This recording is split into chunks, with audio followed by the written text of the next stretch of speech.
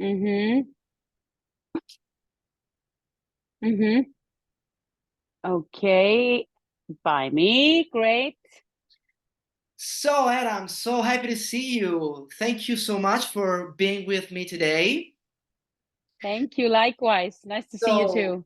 we are going to be seeing you pretty soon at the Eurovision 2024 in Malmo, Sweden. Yeah. So, Mm-hmm. you're talking to an international audience, but you're talking to an Italian guy for now.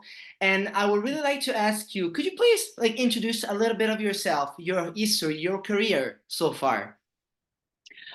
Well, I am an Icelandic musician. Been 52 years old. I have three kids, a husband, and a dog that's lying there, very excited.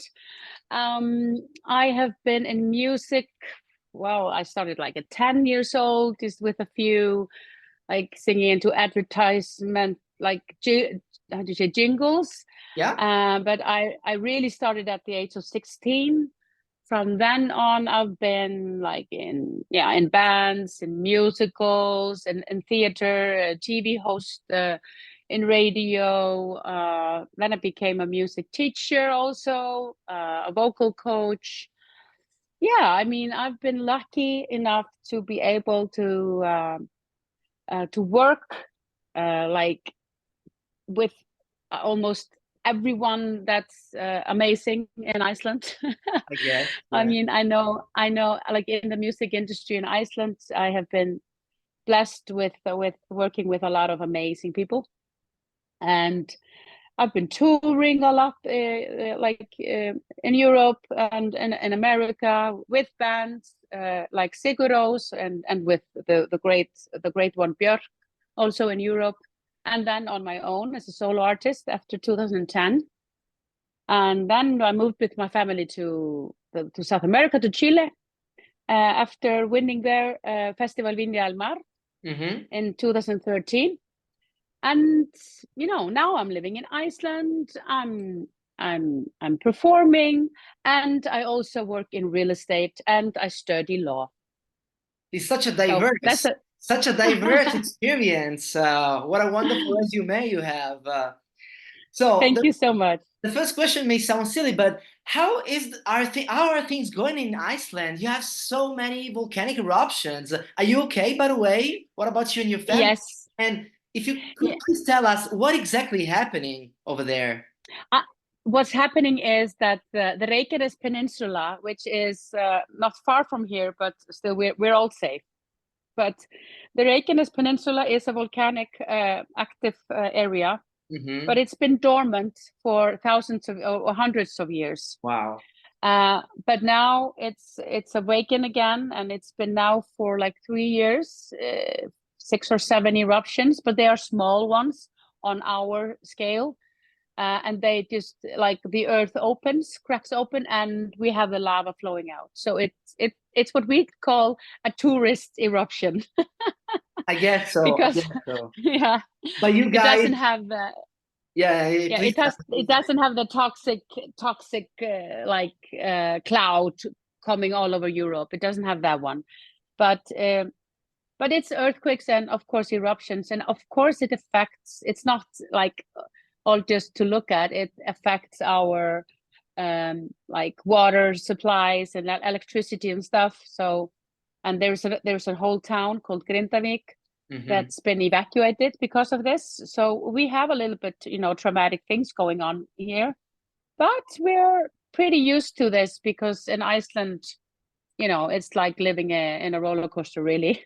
Of course, that's so interesting. And could you please tell us a little bit about your song, Scared of Heights? Scared of heights is about not letting fear control you. The fear of being rejected again, or the fear of losing people around you, the fear of being, not respected or not included in anything. It's just like, don't let fear control you, and allow yourself to be loved and to love others. So it's that the thing we all know, that after heartbreaks, or when somebody that we love passes on, or just that we lose our pet, or we lose our job, that's don't fall into that hole of feeling worthless and not worthy of being loved. So it's like there's always this light, like it's like the sun coming up. Like I feel it coming. It's a little bit like that. Oh, there's hope. There's light. I will love again. And that's the reason why it is so energetic, plus. So the first time that I heard your song, I want to tell you, I kind of had the impression that the mood, it reminded me, I don't know if you know it, but it reminded me of Chromatica of Lady Gaga. I don't know if how you worked on that song, if there's, I mean, any like inspiration that you had on, in speaking in general, how did you work on the sound of the song? Who did you work with? Well, the song is written by a magnificent young artist called Austis, and she and her co-writers, they wrote the song, and I just imagine that they are really, of course, they're aiming for Eurovision kind of a sound for an old Icelandic diva called Hera Björk. So then they know there is a list you need to tick into. And I mean, of course, I think they must have some influences from all these, great queens like Lady Gaga and, maybe Dua Lipa, but a little bit of David Guetta. I mean, I love it. So the first time I heard the song, when they were like, okay, we have a song, we want you to perform it, please listen. And I was like, no, I have no time for that. I'm doing my law studies. I was just moving to this house here with my family. So we were pretty busy, and I was planning my Christmas concert tour and everything. I hear the song, and like in 30 seconds, I'm hooked. I'm like, ooh, okay. I know what I'm going to be doing for the next months. So the song is just really, I mean, a good song should be something that you think, ooh, I feel like I've heard this before. Definitely. That's a good song, 100% And true. yeah, so I was like, ooh, it already felt like a friend to me, the song, when I heard it for the first time. So I was like, yes. But it's great to hear. We are flattered Yeah, I mean, it's a that you heard Lady compliment. Gaga. It's absolutely a Oh, it compliment. is. Even Dua Lipa, I I mean, mean, Lady, she's great. They're yeah, great. They're yeah. divas. So the So, next question is, you talk about how to that the song is about overcoming your fears. May I ask you, what are your biggest fears, and how do you personally try to overcome them? my biggest fears now are, of course, regarding my family and my friends and my parents. I mean, my parents are around in their 80s, so I know that the time is coming. In the nearest future, I will be having to face my fear of losing my loved ones. So that's my greatest fear, I would say. Is there anything positive that you try to think? Because personally, when I think about this kind of thing, I always think about that people will always, I will always keep them in my mind, and then that's Yeah, life, and that's life, yeah, and that can yeah, happen to any one of us. So that's my yeah, personal yeah, way to face this, if you know what I'm saying. yeah. I know, and it's all also for a parent. The biggest fear for a parent is always uh, to lose a child. Of You course, know, of course, nobody should.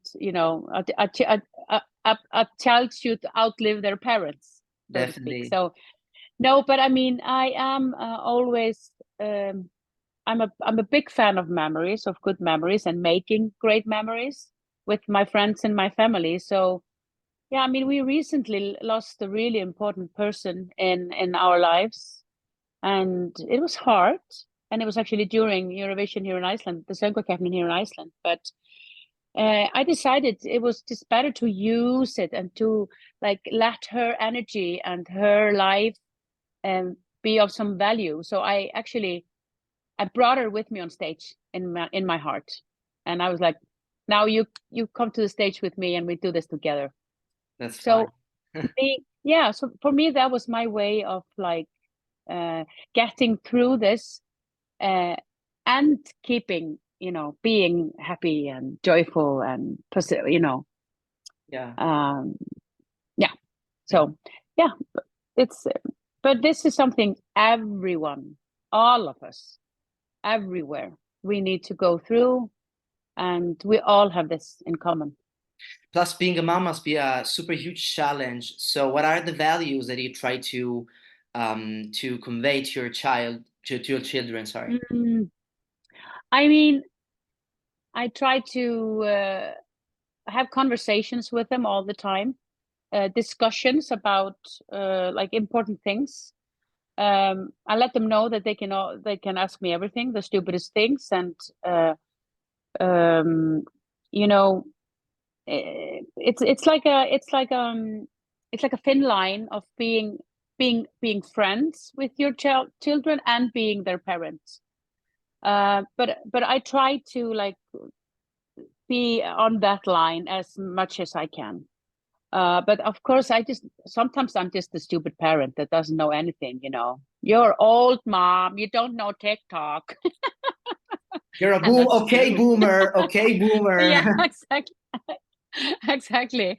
So I mean, and that's also a really like interesting for a place to be at, because I don't feel it. I'm still just 28, I'm Of, like, I'm the same. of But course. my children are like, you're not, mom. Well, you're definitely a smart mom. Yeah, I can tell. May I ask you, so this year's motto is United in Music. What does it mean for you personally? I think it's the best slogan. I mean, United in Music is so valuable for us this now in 2024 this year, because of the situation in the world.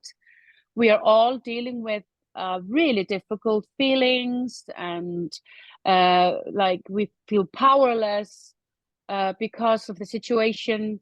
I feel that the best thing I can do is go to Malmö and try to sing and shine and give people some joy and happy, because that I'm good at that, and that I really can do. So I think that my hope for this year's Eurovision Song Contest in Malmö is that we really unite, and that we really are not only by music, but all up by everything, by size and shape and nationality and beliefs, and we need to be more respectful for each other's opinions and needs, and where we come from and what we've gone through. It's so different. So we need to just really try to connect, and unite. So I think it's a really, really good slogan, and we need to take it really deep down on the deepest level possible for it to like really like manifest. And that's the beauty of Eurovision, definitely. Have you had the chance to hear the other songs, this year's songs? Yeah, I am working on it. Yes, I have. I mean, I've heard them all once. I'm going through semifinal one, of course, because that's my semifinal. Uh-huh. So yeah, but I'm starting to fall in love with some of them. I actually like them all. Mhm. That's one of my, I don't know if it's a problem or if it's if it's a skill, because I always love all the songs. It's just Okay, like, so is there any like favorite, any song that like struck you in the first place, or maybe not? You can also answer not. now I really like the Moldova song. Like Mhm. it really got me. Also the Danish one. Yeah, I really, I mean, I love the Finnish one and the Czech one now, or the Croatian one, because they're fun and they're like, a little bit silly, but cool. And in the same time, I really like the Italian song. Ooh, love it. that was Love the it. question. That was the next question. What do you think? Can you tell us a Yeah. little bit more about La Noia by Angelina Mango? I mean, I haven't gotten around to really like dig into her and the song yet, but I love listening. Like when I'm driving from my home into the city, I'm like, ooh, I love the sound of her voice. Of course, I mean, even though I don't understand really the lyrics yet because I haven't dived into it, but it's like, I'm gonna get to know you better. You know, it's that kind of feeling I get. I'm like, ooh, I'm gonna be, I'm gonna get, I'm gonna get my hands on that girl and like, ooh, I love it. Really have a need to express that to her personally, because I will be able to. I am going to.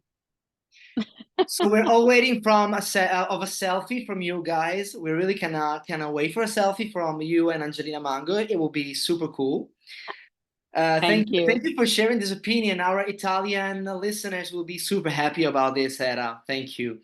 Thank you. The next question is, can you please tell us a little bit more about how Iceland chooses its representative every single year? Yeah. Early every year, the broadcaster advertises for songs, and they need to be sent in before a certain date in the fall. So like August, September, they are choosing 10 songs to compete in 2 semifinals. And out of these 2 semifinals, we have 4 songs, plus then a wild card that go to the final. And in the final, we have, in the first round, we have a 50-50 jury versus televoting. And then we have the duel. So the 2 top songs, after the first televoting and the jury votes, they compete against each other. And then there's only the televoting from the viewers that count. And yeah. And you already had the chance to participate, plus in the Eurovision. I saw that you already had the chance. I thought it was amazing. I guess it was amazing.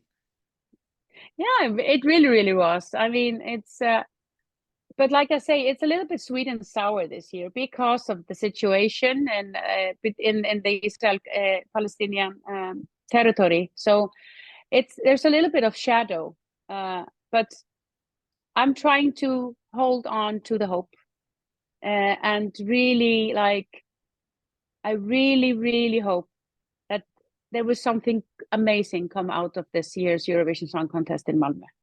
And I have big faith in both the Swedish, for like they're going to make an amazing show. We know that they are the professionals that do it amazingly, but also on us, the Eurovision fans. You know, both the performers and the Eurovision nation to come together and respect each other, and stop the hate in the comments, and just we need to stop the hate, because the hate is the source of all of this. I 100% agree with you, and thank you so much for sharing this message for us. I have 2 last questions. The first one is more like a comment. I absolutely need to tell you that I absolutely loved a couple of recent Icelandic songs from you guys on the Eurovision, which were Thinks About Things. It was in 2020. We all know what happened, and I was so sad that it was canceled, because I was 100% sure that you will win that year. I was 100% sure. Of course, I loved Diodato. Me too. It was my representative, and the song was amazing. And he sang in the empty Verona Arena. But that song, that video, the choreography, it was perfection. Yeah, it was so great. Daði, Freyr, and Gagna Magni, I mean, they did amazingly. And I mean, but the most heroic thing for me regarding Daði and his team is that to come out with 3 songs in a row. It's just like, wow. Yeah. So, because of course, first time when he didn't win, he came second. Yeah. And Svala was the one representing Iceland, and then in 2020, and then 2021. It's just like, wow. And I mean, of course, he's huge now, and he's traveling the world. But yeah, but that is an amazing person also. We are a little bit related, so I've known him since he was a little boy. Now he's like It's super tall. And the super other tall. song, that I liked like the most was the Hatari song, but it was Icelandic language, so I really have no idea how to pronounce it in the right way. So maybe Yeah. Hatrið mun sigra. you said that. You Well, said it was an amazing yeah. song, and I was a huge fan. Yeah, that was a great song as well. And I mean, it was, they of course they wanted to like relay a message, which is also, I mean, we have to respect that. And it was a fun year for me as well, because I was competing in the same final as they were, 2019, and I was also working with them as a vocal coach, so I got to know them, and they are all amazing people. One last question. So every time we think about Iceland, we the Italians, and every time we come to Iceland and make like Instagram stories, we usually tend to use two types of songs, either Björk or Sigur Rós, okay? And what I always thought is that maybe because of the environment, I mean the ice and the fire, sometimes we kind of have the impression that there is a reason why Icelandic music is made that way, why Icelandic artists are made that way. Do you agree, first of all? And do you think there any connection between, you know, Mother Nature and music in Iceland? Yes. I think there is a connection between Mother Nature and music everywhere in the world. But in Iceland, it is special somehow, because I have lived abroad, and always when I come here back after maybe being away for some time, there is like a wave of creativity, like the urge of creativity that like, ooh, it's in the air. But then again, the Keflavik airport is on the Reykjanes Peninsula, where everything is like really volcanic at this moment. But it's not, the airport is not in danger. But I say that because when you come, you land, and you just put your feet on the ground, and you can just feel the energy. So it's definitely connected. That's an amazing question, and that was an amazing interview. So Hera, thank you so much. Thank you. I really wish you the best for this Eurovision. It will be amazing no matter what is gonna happen. One last thing, if you could just send a message to the news viewers, news for my TikTok channel, okay? Whatever you want to say in whatever language, okay? Okay. Oh, also in Icelandic. But if you want to say both, why not? I mean, we can go viral. We can go viral. Yeah. Who knows? So what's the name of your channel? It's Say it simply again. News, just like news. News. Oh, okay. Yeah. Just news. Just okay. News. Yeah. Okay. So I'm gonna start in Icelandic and then translate really quick. Hi öll sem eru hjá News. Hrikalega gaman og heiður að fá að vera með ykkur. Hi everyone at News. It's my honor to be in this news. Hera, thank you so much once again. Have a nice day. Was this okay? Yeah, of course. Yes, why not? Why not? Thank you so much. And thank you. Have a beautiful Eurovision Song Contest. Likewise. A big hug from Italy. Bye-bye. Cheers. Ciao. Bye-bye. Ciao, ciao.